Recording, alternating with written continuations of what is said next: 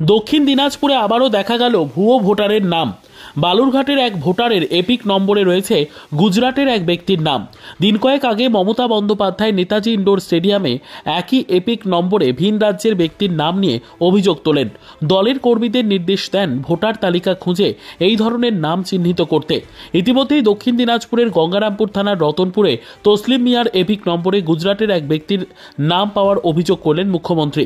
মুখ্যমন্ত্রীর নির্দেশের পর এদিন বালুরঘাট শহরের ৫ নম্বর ওয়ার্ডে ভোটার লিস্ট অনুযায়ী স্ক্রুটিনি করার সময় ডালিয়া রায় নামে এক মহিলার এপিক নম্বরে গুজরাটের ভারত ভাই প্রজাপতি নামের এক ব্যক্তির নাম পাওয়া যায়। বালুরঘাটের ৫ নম্বর ওয়ার্ড বালুরঘাট পৌরসভার চেয়ারম্যান অশোক মিত্রের ওয়ার্ড।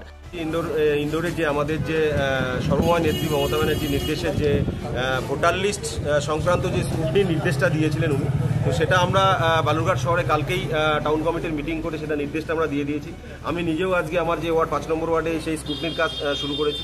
এই স্ক্রুটিনির কাজ করতে গিয়ে দেখতে পাচ্ছি আমরা যে ডালিয়া রায় এপিক নম্বর LPZ 2421-675, এই যে এপিক নম্বর, সেই এপিক নম্বরে গুজরাটের আরেকজন বাসিন্দা যে ভবেশ ভাই প্রজাপতি, তারও নাম সেম এপিক নম্বরে রয়েছে।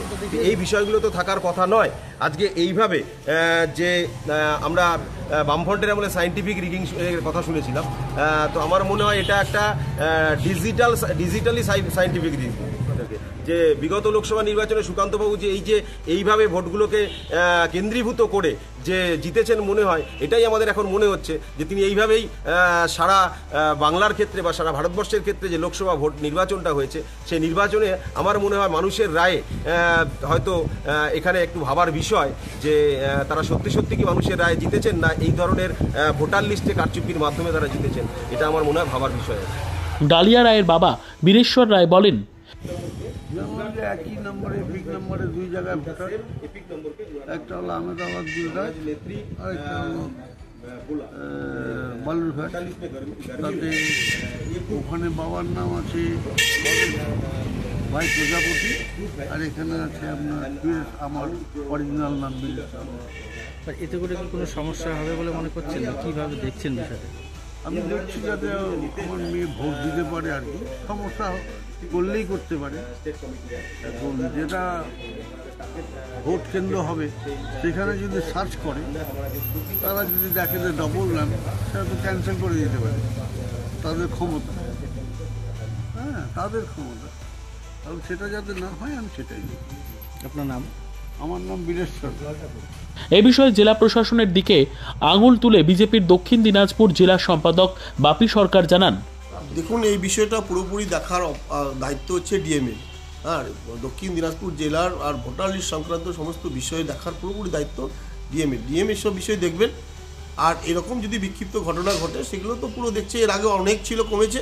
কিন্তু সব থেকে ভুয়ো ভোটার আমরা তালিকা দিয়ে দিয়েছি, যেগুলো ডিএমকে আমরা দিয়েছি, যার ভোটার এখানেও নাম আছে, বাংলাদেশের নাম আছে, যেগুলোকে নিয়ে তৃণমূল কংগ্রেস দিনের পর দিন, আর পশ্চিমবাংলায় ক্ষমতা আছে রোহিঙ্গাদের ভোটার, তাদের বাংলাদেশের তাদের এপিক কার্ড এবং এখানকার এপিক কার্ড একাধিক জায়গায় তৃণমূলের নেতাদের বাড়িতে আশ্রয় নিয়ে তারা ভোটার তৈরি করেছে, এরকম অনেক তথ্য এসেছে।